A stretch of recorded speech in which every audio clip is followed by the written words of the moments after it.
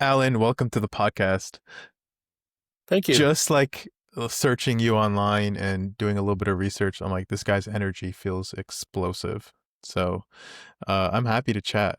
Now, here's the I'm intro. happy to chat too. You know, Yeah, yeah. I love telling my story. I've got great stories. I've got a great life. I have an amazing career, and You now I'm see, on one of the that's what best I'm shows talking in about. That town. energy. Mhm. I love it. Yeah. Alan Katz is the founder of Great Officiants, one of the largest and most respected officiant companies in Southern California. With over 21 years in the wedding industry, Alan has 22. officiated. Just hit that yesterday. Just hit that yesterday, so I got to update the Just hit that bio. yesterday. Um, Alan has officiated thousands of ceremonies and is widely known as the King of Reviews, with more than 4,000 five-star testimonials. His work has been featured on shows like The Kelly Clarkson Show, Say Yes to the Dress, and 90 Day Fiancé. Beyond weddings, Alan is a speaker and thought leader who shares insights on entrepreneurship reviews and the power of storytelling. His mission is simple: help people celebrate love, build connections, and create unforgettable moments with integrity and authenticity. So, first and foremost, Alan, what were you like in high school? Were you the center of attention or were you a quiet kid? I was nerdy, geeky. Didn't have any game in high school, and I was always kind of the class clownish. I Mm. remember I used to be really hyperactive, so I was really that way crazy, but I was never outgoing and a So you were speaker or never the anything like center that. of attention? No, I was the center of attention, but not for the good reasons. I was the center of attention Mm. because I was a geek, because I was a dweeb, because Oh. I made people Mm. made fun of me. I was dorky. So in that way, I was the center of attention. So how did Uh, that transition over time into what you do now? I mean, do you ever like think drugs. about that? No, no, I'm kidding. Um, no, you know what? It actually started off. I went to a Toastmasters class and Mm. I learned how to speak. And all of a sudden I'm like, wow, I can do this. Mm. And I made my TV debut when I was 16, um, on the Gong Show. If you remember the Gong Show, it was the predecessor to Americans Got Talent. And so I made my TV debut there. But back then I was still geeky, but I had a special talent and Mm. I demonstrated that on TV. And I won the Worst Act of the Week award. And that started me kind of on a path with a Toastmasters class, with all of a sudden thinking, you know what? I can do something with my life. I can be Mm. somebody. And I set out on a path to do something and be somebody. Very, very interesting. Now, in like with your wedding ceremonies, your name sounds Jewish. If I have to ask, are you Jewish? Yeah. Nice Jewish Yeah. boy. Yeah. Nice Jewish boy. Yeah, I My went to mom's from yeshiva my whole Brooklyn. life. My dad's from the Bronx. They married There in we go. Coney Island, of course, in LA. You know, Yeah, there typical you go. Jewish love. Love it. So, do you cater to a lot of Christian weddings or Jewish weddings, or is it? Actually, the whole gamut, from anything from non-denominational, Christian, Jewish, Hindu, Muslim, Love it. Asian weddings, everything. I've learned and I've had the ability to learn how to do all these different weddings, to be able to connect with all these different couples. And by doing that, I've been able to serve the entire community and Right. then bring people in on my sides, because I have 40 officiants who work for me, and they all take care of the weddings too. They have all specialties that they do as well. So Yeah. I've surrounded myself with the best in the industry. And now they all work with me and we all work together as a team. Yeah, and I can tell you're very good at what you do because I haven't even spoken to you, and I had a feeling of how positive and energetic you would be, and I'm precisely on point on that. Now, people don't realize how valuable that abstract skill set is. I mean, Mhm. being able to like if you think of any economic interaction, fundamentally building a relationship, building a positive energy, building trust, having integrity with the people you work for is so primary and fundamental to any interaction where even the specific skill set of your industry is secondary to it. And I, Mhm. I think that that skill at an abstract level is so reusable, and I wonder like what your plan is for the future. And I know we haven't even talked about really too much about what you do now. I wanted to talk about day one with Alan Katz, and I kind of want to see like Do you ever think of it more abstractly where, hey, like being able to command a room, being able to take control of a room, being able to have that leadership mentality? Do you ever think about, hey, how can I reuse that outside of the wedding industry? So, it's kind of funny because in a way, we won't get how I started, but I started off as an actor. Once I did that thing on TV at 16, I decided that I was going to be an actor. Mm, And so I used that skill set to be able to do what I do now. Before I did that, I had a singing telegram business. So I would go into places not knowing what I was going to be walking into, doing a 10 to 15 minute just improv show, not knowing anything about what I was walking into, killing it, and then walking out. And then all of a sudden, when I started being able to do the weddings, I was able to use that skill set. So what I use that skill set for from now on is I use my set to be able to help people be better at what they do. mhm, I think that's what my goal is in life is to help this industry that I'm in be more professional, be more fun, be more energetic, and more up to date with what people really want. Everybody, when they think of a wedding, they think of that old guy standing up there and preaching and blah, blah, blah, blah, blah. mhm, And everyone's just sitting there going, ugh. One thing that I've done in my career is I've redone that entire thought process of what a wedding is. mhm, And I'm continually trying to do that. And that's what my goal is to continue to strive to show people that they don't have to be serious and mundane and boring to bring mhm. joy and life into everything that I do. I'll backtrack a little bit. About 25 years ago, before I started in this business, I got cancer. I had thyroid cancer. Mm, And when I survived that, I said, you know what? I'm going to dedicate the rest of my life to being somebody, to being remembered, to changing the world just one little bit. And now, I mean, now I've got that fame that I want. I'm in, mm, no actor that I know has been in more videos, more pictures, more memories than I have because I've been able to be at the forefront. I mean, doing, 7,500 weddings, I'm at the forefront of all these people's ideas and yeah, memories and pictures. I got to live my dream that when I had that and cancer, to be famous, to be something that was going to change people's lives. And I achieved right, that. right, and that really is the best way to live on is in the minds of others. Um, Mhm. I do wonder, Alan, so there are a lot of officiant companies out there. What characteristic or set of traits would you attribute to your unique success? I guess what I'm asking is, what would you define your uniqueness factor that separates you from your competitors? I think the uniquenesses I have is I get to understand my couples, but I come to it with an entertainment background. So most of the people who do what I do come to it from a theology standpoint. Right. But I brought people in who now come to it, and I come to it with I consider it what we do as a show. That I'm the announcer, they're the stars, their wedding parties, the supporting cast, their guests, they're their audience. Mm, We create a show. And at the end of the show, everybody claps and they have their wrap party.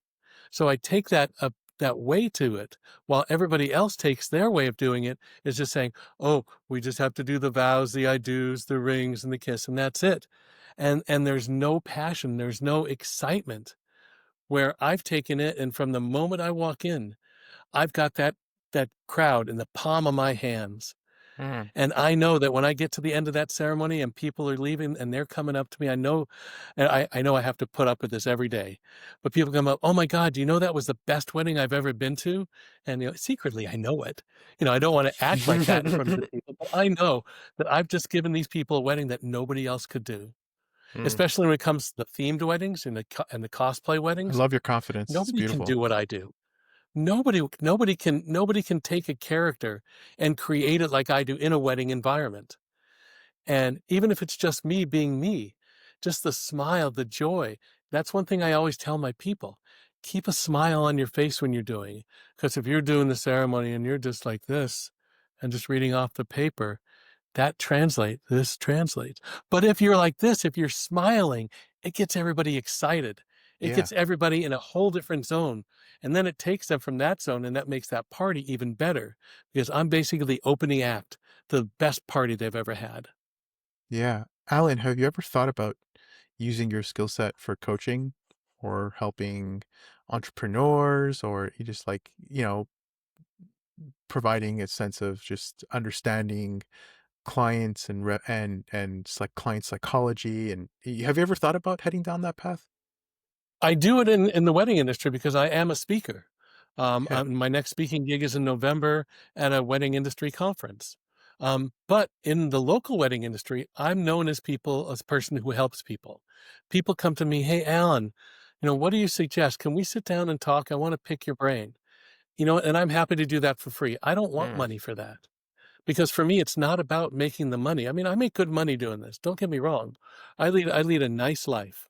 mm, I have a nice wife. I have a nice home. I have a nice car.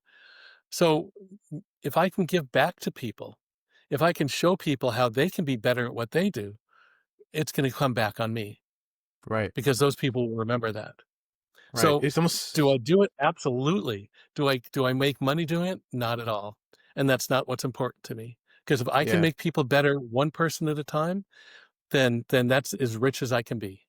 It sounds like, making money is almost a byproduct of what you really like doing. It's almost a symptom, not the focus, which I'm a is performer. the best way to I make that's money. It's give, give, Yeah. give, and You that's know how what? you They build say value. do what you love and you never work a day in your life. I haven't worked in Yeah, 22 years.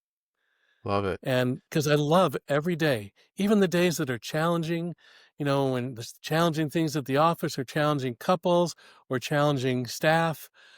But at the end of the day, I've got the most fun job in the world. And I look forward to it every day when I wake up. What do I get to do today? Not, oh, what am I going to do today? Oh my God, I got 5 weddings today. No, I'm excited. I'm like, let's see if I can get through these 5 weddings and kill it at 5 weddings. God damn, the amount of energy you have to have. That sounds crazy. That's Oh, crazy. I sometimes post, hey, here's my day. I start off this day by doing this, this, this, this, this. Then I drive here and do this, this, this.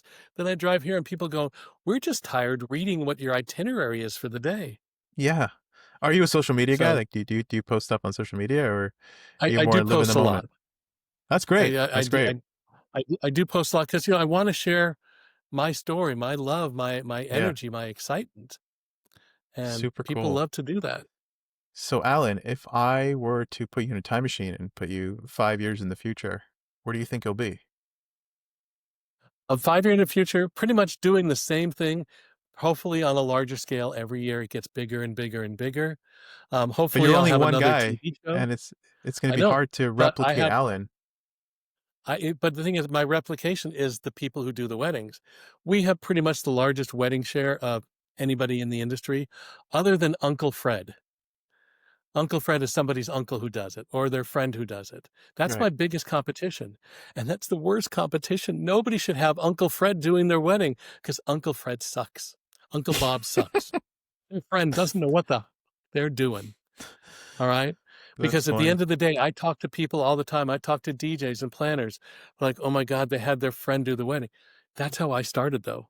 But Mm, I had an entertainment background when I started this. So I took that entertainment look and I brought it into the wedding. In fact, after I did my first wedding, all my friends who were at that wedding, because it was my best friend's wedding, all my friends came up to me and go, Alan, quit your other job. You need to do this for a living. So that's what I did. I started a business. I eventually quit my job. I was telling the story today. You know the Indiana Jones movie, Last Crusade, where he's standing on the edge of the cliff and they say, take a leap of faith that that bridge will appear. I watched that movie once. And the next day I quit my job. I go, I'm going to take that leap of faith. I'm going to step off that bridge and I'm mm. going to make this happen. And I did. So, Alan, my question to you now is, what advice would you give to someone who is not confident, who is shy to maybe do public speaking, or shy to um, take center stage, and it's affecting his ability to grow as an entrepreneur or as a leader? What would be your first piece of advice to them? Um, you know, I know it sounds weird, and I don't know if they do it much more, but things like speaking classes, like Toastmasters, like places where they can learn to feel confident in speaking. Um, One thing, I started going to these conventions, this wedding industry convention, and the first convention I went to, one of the classes I went to, it says, be the expert. So I go, you know what? I'm going to be the expert. I'm going to be the guy in 2 years. I'm going to be the guy on that stage presenting. And what happened 2 years later? I was that guy on the stage presenting. The thing is, you gotta believe in yourself. You gotta know, "Hey, I'm gonna take a risk. I'm gonna take a chance. And if I mess up, you know what? I learned from that mistake, and I'm gonna be better." Mm, Don't settle for just the ordinary. Be extraordinary. Be the people that people look at and go, "Wow, that person's amazing. I wanna learn from them." And it's easy to do. Go to classes, take seminars, mm, go online, learn about your craft, learn who the top people are, take them to lunch, find out what their je ne sais quoi is, what makes mm, them amazing, and replicate that yourself. Um, I basically created my own self. I didn't really replicate anybody because I was already a performer in my heart. I mm. just needed to bring that out. Um, with my Sing and Telegram business, I was able to do that, and I was able to transition that into when I first started doing weddings, I started just doing themed weddings until I realized, wow, I can do real weddings because that's what people started calling me for. And a quick funny story. I was visiting my dad one time, and my phone kept ringing. And I'm like, "Oh, yeah, that's my specialty." Click. Listen to the chart. "Oh, yeah, that's my specialty. Oh, yeah, that's my specialty." My dad goes, "Are they all asking about the same thing?" I go, "Nope." I go, "No matter what they were asking for, that's my specialty." It just worked. That is It worked, and incredible. now everything that they do is my specialty. I love it. I love it. Uh, Alan, how do people get in touch with you? My main website is greatofficiants.com, and that's where you can find out about my beach weddings, my elopements, my marriage licenses, weddings at locations, ceremonies types, and learn about all my teams. We can Yeah, do it and there. what about And the you best said thing that I got what's that? oh, sorry to cut you off, Alan. Slight second lag. I was gonna ask, you mentioned you post a lot on social media, maybe people would want to connect with you there. Absolutely. On all my social media, TikTok, Facebook, Instagram, it's all at Great Officiants, and they can find me there. Great. And one of the things you'll find there is one of the videos of one thing I did to my wife. Me and Johnny Knoxville pranked her with a fake wedding. I met my wife at a wedding. I trained her how to do weddings, and she's amazing. And one day I Yeah, saw this thing it's for this beautiful. this TV I'm show looking at your called Instagram as we speak. I love it. Mhm, Hmm. called Prank Panel, and Johnny Knoxville and I decided to do this prank against my wife where we set up this fake wedding for her. And at the end of the wedding, she finds out that she just married a brother and sister.